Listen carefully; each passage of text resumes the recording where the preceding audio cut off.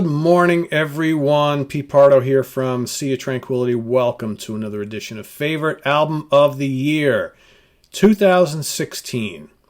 Just 3 more to do after today, so by the end of this week, or actually on Saturday, will be the final day.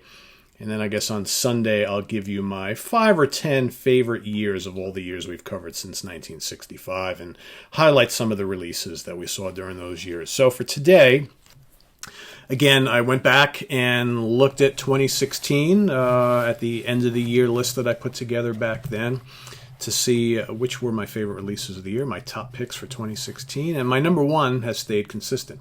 Not a surprise there. My number one's also a band that's been showing up quite a bit in more recent days here on this show, but not surprising. However, my runner-up changed. I still really dig my number 2 that I picked back in 2016. However, 2 other albums have really, their stock has really risen increasingly since 2016. I loved them back then. I love them even more now. So I'm going to pull another mulligan today. I'm going to do a dual pick, or have a dual pick for my runner-up. So 2 runner-ups. Runners-ups, however you say that, who cares? Doesn't matter. Anyway, let's go to my favorite pick of the year, right? So, like I said, this band has been one of my favorite bands of the last 20 years, give or take a year or two. Dig them quite a bit. Album was released September 30th, 2016. I was going to say 1916. No, it's 2016. Produced by Tom Dalgetty and Michael Ackerfeld, released on Nuclear Blast and Marabolaget Records. I'm talking about Sorceress by Opeth. Not only is it I absolutely, you got the guys signing the band. Thank you, Jamie, for that. Very cool album artwork, I always thought, as is most of their releases.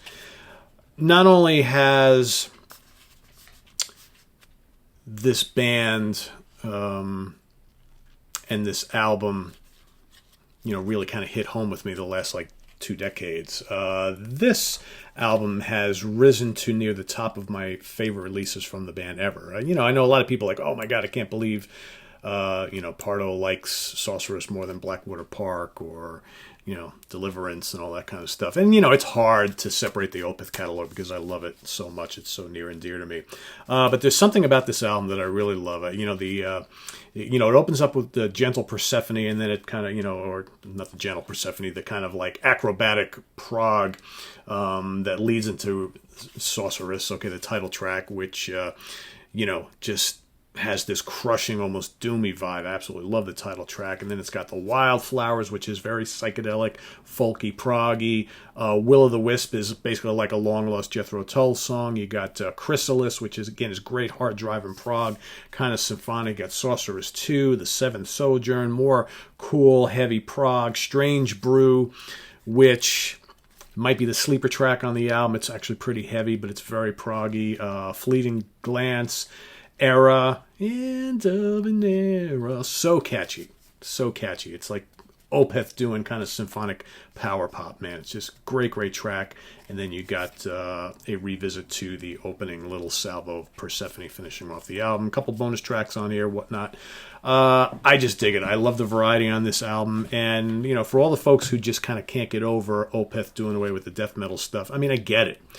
I do miss that sometimes too, but, this is now this was their 3rd album of non-death metal music. They released their 4th one not long ago, and I'm fully on board with this. It's just like a lot of bands kind of change pace and change styles, and, some people stay with them throughout the whole career. Some people, they jump off after a certain era ends.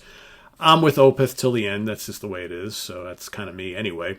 So I dig this album a lot. It was by far my favorite album of the year, and it's become one of my favorite Opeth albums of all time. It's just, I love the variety on here. It's heavy hitting. It's proggy. It's got its folk bits. It's psychedelic. It's just, it's got elements of pop on it. Just a really classy, delightful album to listen to. So I love it a lot. So my runner-ups, like I said, these 2 albums I dug quite a bit when they were released.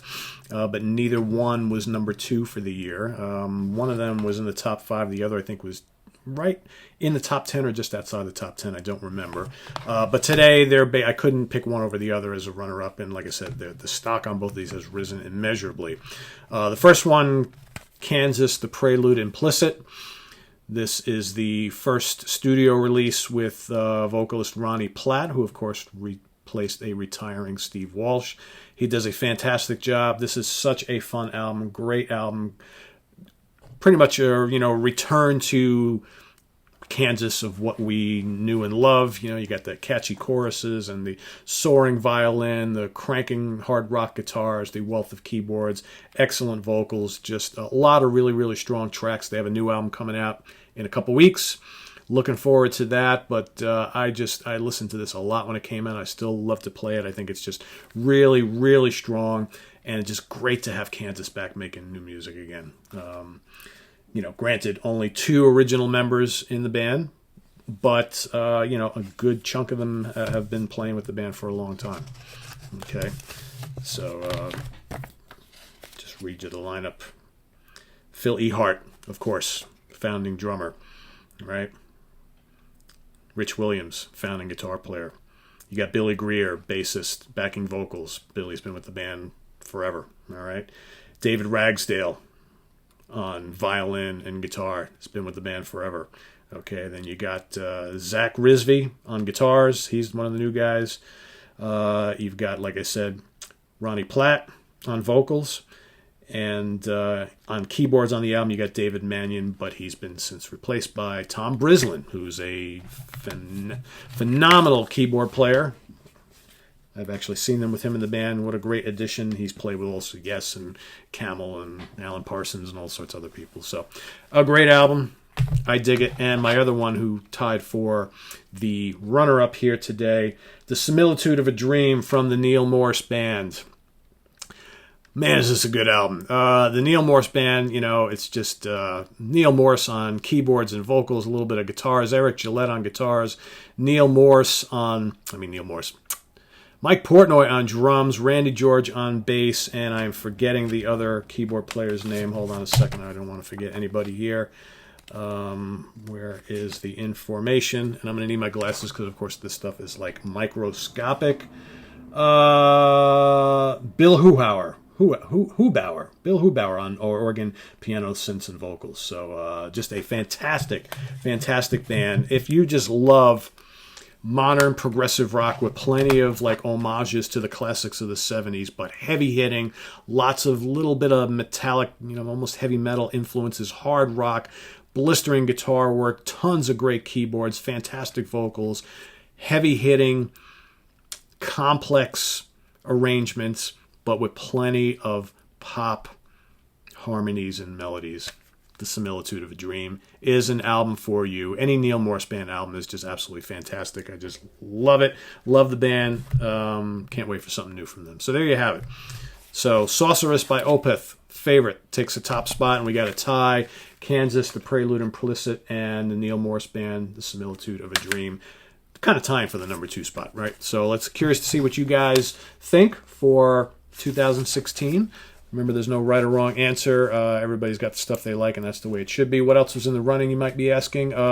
So my number 2 for the year, number 2 that I picked in 2016, I still love a lot. Australia's Destroyer 666, Wildfire. Great kind of black and thrash band. What a killer album. High props to Witchcraft Nucleus, a fantastic kind of 70s style heavy rock / doom retro album. Amazing. Glenn Hughes, Resonate, quite possibly could be my favorite solo album of his. Just great 70s style heavy blues rock. Fate's Warning, Theories of Flight, killer. Santana 4, great reunion of many of the classic members of the band.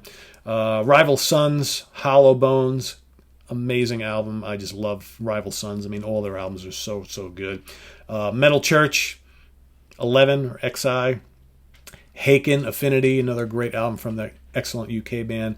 And Alter Bridge, The Last Hero. I actually really started to get into Alter Bridge right around that time, and I think all their albums are pretty spectacular. Just one of my favorite kind of like modern hard rock metal bands. Okay, most of the band came from the band Creed. However, I think Alter Bridge is like leagues better than Creed ever was. I just think Alter Bridge should be an enormous band and don't get enough credit. So there you have it. Visit us on the web at www.seatranquility.org. We're on Facebook, we're on Twitter, of course, we're here on YouTube all the damn time. Like my new Band of Gypsies shirt. Dig it. Just came in recently. Anyway, so we'll see you guys hopefully sometime today. We're going to a little Ranking the Studio Albums episode from my friend Rand. Happy the Man.